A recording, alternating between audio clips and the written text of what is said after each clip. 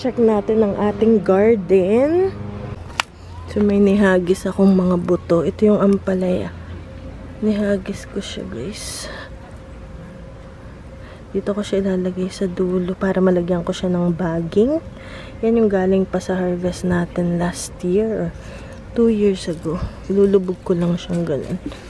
Tapos kung alin yung kumbaga parang matira matibay. Kung sino yung matatag, siya yung matitira. Okay. Ito pa. Tingnan natin. Ayan. Okay. Gagis din dyan ako ng mga buto. Ayan, no. Mga buto ng pepper sa luhalo. Akin pa siyang aayusin eh.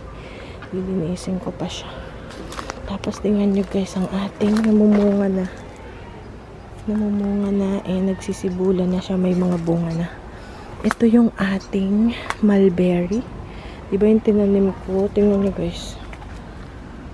Sobrang haba ng ugat. So hindi ko alam kung ikikip ko pa ito ng matagal kasi mulberry mabilis siyang tumubo. Ayan o. Baka masira yung garden. So yan yung kanyang bunga. Ano to? Siksik liglig. Itong mulberry na to. Ano itong tsinelas na to? Umuutot siya. Pag yung parang umuutot yun yung sapatos ko. Ayan guys, oh. Sobrang daming bunga. Grabe. Ayan. Siksik liglig ang bunga ng garden. Ayan guys, so bawat sanga niya ang daming bunga. Tapos ito pa yung mababa yung boss ko kasi may mga naglalaro dito. Tapos ito naman yung isa pa. Ito yung tanim ng ibon. Ganyan din. Oh. Comment down below kung ano ba to. Iba siya eh kaysa dun sa isa. Parang mabalahibo siya. Hopefully ito. Kasi minsan tumutubong ganyan tapos nawawala rin. Hindi yung tumutuloy. So tingnan natin. Ayan o. Tingnan nyo. Ang dami. Tapos ito naman yung aming tinanim ko talaga. Ang dami niya as in. Siksik liglig o maapaw yan guys. Ayan, hanggang doon sa taas. Pinuputol namin yan every year. Medyo magulo ang garden. Hindi pa ako nakakapag-ayos.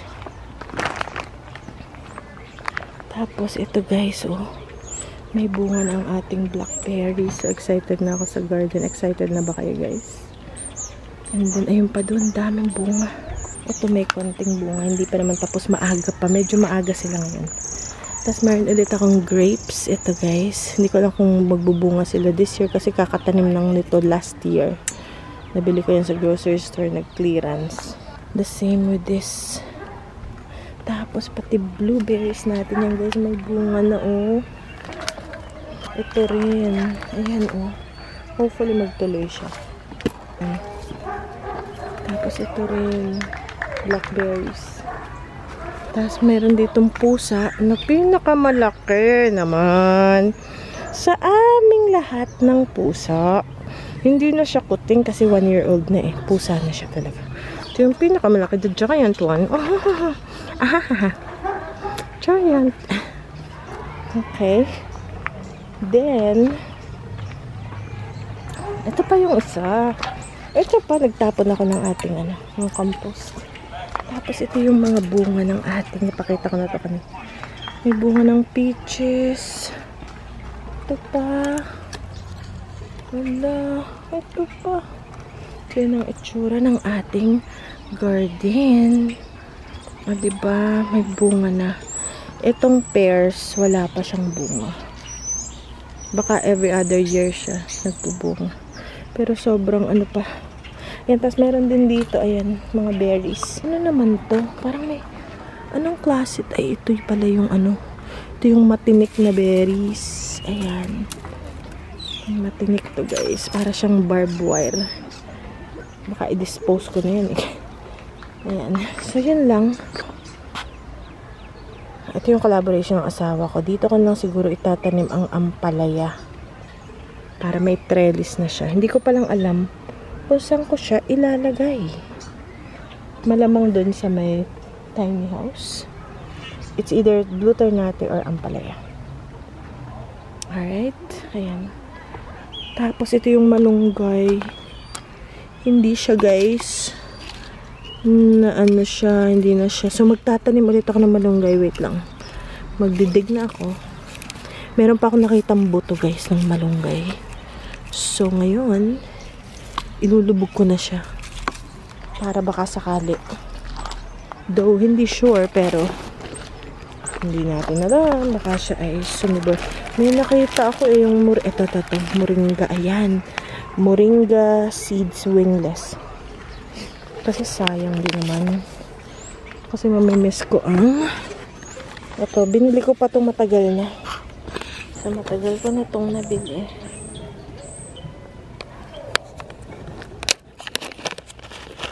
So, kuha tayo ng yun ang buto ng malunggay. Mga 6. Just to make sure.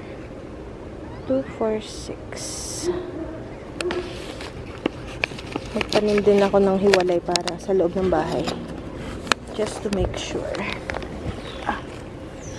Okay, so maglubog tayo. Namatay kasi hindi pala siya dapat tinatakpan. No? Umuulan-ulan naman minsan. So, hayaan ko na lang siya. Okay, and then isa dyan. Ayan. Siguro isa pa dito. Why not? Ayun. Tapos, so, ganyan na lang. Mula basa naman ito. Tapos, ito lulubog ko dun sa ating basta, sa ating taniman na nilabas. Diba? Miss natin malunggay. Nagtanim na ako, guys.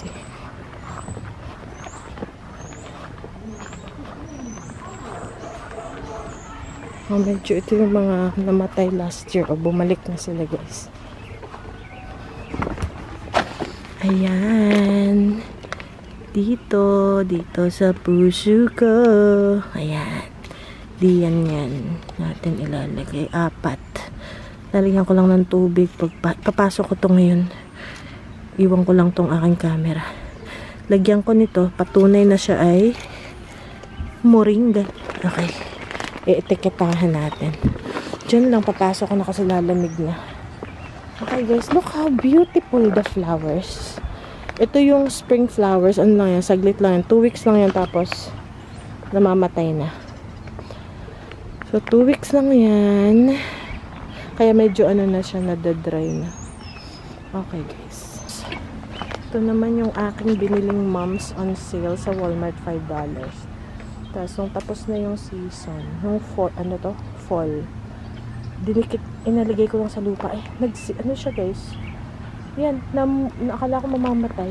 Pero, ano siya, sumibol. So, libre na ang aking sa unahan ng bahay. Tapos, yung aking ito naman yung aking aangkatin, lalagay ko doon sa aking pot sa unahan. Diba? Nakatipid na ako. Yung pala, ilubog mo lang sa soil na siya, nabubuhay pag winter, pag mais na magandang bulaklak niyan. Alright guys, so yun na lang muna. Parang summer na, pero itong temperature na to is unpredictable to. Hindi to palaging yung parang, uminit na, lagi yung mainit. No, siya. Hindi mo pa alam. Init, lalamig, init, lalamig. So, kaya, ang talagang time pa para talaga magtanim sa labas. Ano ba sabi ng kaibigan namin? Is May 15? Yun. Yun yung time na pwede ka nang naiwan ko yung aking lalagyan ng compost. But anyways, babalik ako dun mamaya at pipikapin ko. Pero hindi pa to yung time na kahit umiinit, di mo siya palagi kasi may chance pa na malamig. Kaya hintay-hintay muna tayo. Total, wala pa rin naman akong mga tumutubo sa aking mga pinapatubo. So, hayaan muna. So, kukunin ko na yung yung pinakita ko sa inyong mga sumisibol kasi lalamig. Mamamatay yun, yung mga sumisibol. Okay guys, see you later.